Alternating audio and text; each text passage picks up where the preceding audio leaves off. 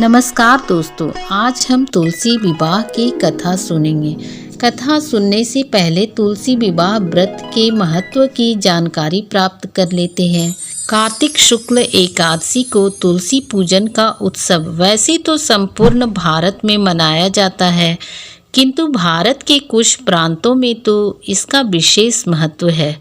तुलसी को विष्णु प्रिया भी कहते हैं। तुलसी विवाह के लिए कार्तिक शुक्ल नवमी की तिथि उत्तम है। एकादशी से पूर्णिमा तक तुलसी पूजा करके 5वें दिन तुलसी का विवाह करते हैं। भारतीय संस्कृति एवं धर्म में तुलसी के पौधे को गंगा यमुना के समान पवित्र माना गया है।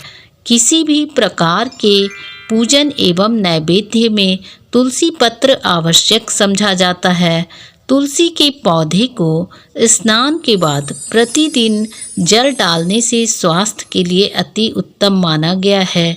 तुलसी के पौधे की उपस्थिति के कारण हमारे आसपास के वायु शुद्ध हो जाती है। तो तुलसी कथा सुनने से पहले तुलसी माता की जय बोलिए दोस्तों। प्राचीन काल में जालंधर नाम के राक्षस ने सब तरफ उत्पात मचा रखा था। वह बड़ा वीर तथा पराक्रमी था। उसकी वीरता उसकी पत्नी वृंदा के पतिव्रत धर्म के प्रभाव से वह सभी जगह विजयी होता था। जालंधर के उपद्रवों से डरकर ऋषि एवं देवता भगवान विष्णु के पास गए तथा रक्षा करने की प्रार्थना की। उनकी प्रार्थना सुनकर भगवान विष्णु ने बहुत सोच विचार कर वृंदा का पतिव्रत धर्म भंग करने का निश्चय किया। उन्होंने योग माया द्वारा एक मृत शरीर वृंदा के घर के आंगन में फेंकवा दिया। माया का पर्दा होने से वृंदा को वह शव अपने पति का दिखाई दिया। अपने पति को मृत देख वह उस मृत शरीर पर गिरकर विलाप करने लगी। उसी समय एक साधु उसके पास आए और कहने लगे, बेटी, इतना विलाप मत करो, मैं इस मृत शरीर में जान डाल दूंगा। साधु ने मृत शरीर में जान डाल दी। भावुक होकर वृंदा ने उस मृत शरीर का आलिंगन कर लिया, जिसके कारण उसका पतिव्रत धर्म नष्ट हो गया। बाद में वृंदा को भगवान का यह छल कपट ज्ञात हुआ। उधर उसका पति जालंधर, जो देवताओं से युद्ध कर रहा था, वृंदा का सतीत्व नष्ट होते ही मारा गया।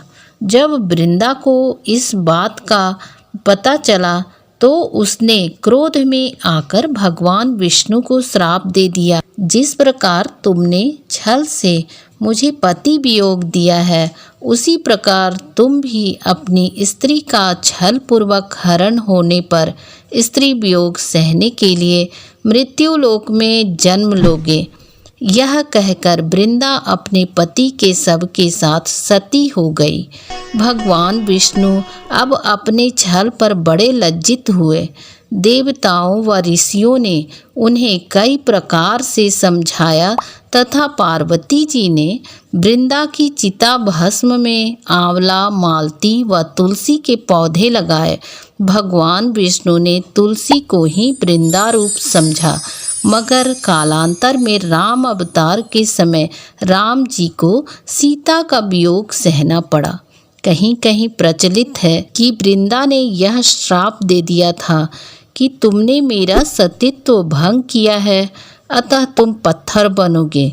विष्णु बोले, हे वृंदा, तुम मुझे लक्ष्मी से भी अधिक प्रिय हो गई हो। यह तुम्हारे सतीत्व का ही फल है कि तुम तुलसी बनकर मेरे साथ रहोगी। जो मनुष्य तुम्हारे साथ मेरा विवाह करेगा वह परम धाम को प्राप्त होगा। इसी कारण शालिग्राम या विष्णु शिला की पूजा बिना तुलसी दल के अधूरी मानी जाती है। इस पुण्य की प्राप्ति के लिए आज के कलयुग में भी तुलसी विवाह बड़ी धूमधाम से किया जाता है। तुलसी को कन्या मानकर व्रत करने वाला व्यक्ति तथा विधि से भगवान विष्णु को कन्या दान करके तुलसी विवाह संपन्न करने वाला व्यक्ति मृत्यु के बाद वैकुंठ को प्राप्त करता है। इस प्रकार तुलसी पूजा या तुलसी विवाह का बहुत महत्व है। तो दोस्तों, तुलसी विवाह की यह जानकारी पसंद आई हो तो ऐसी और भी रोचक व्रत कथा सुनने के लिए सुख समृद्धि चैनल को लाइक, शेयर, सब्सक्राइब कर ले। नमस्कार।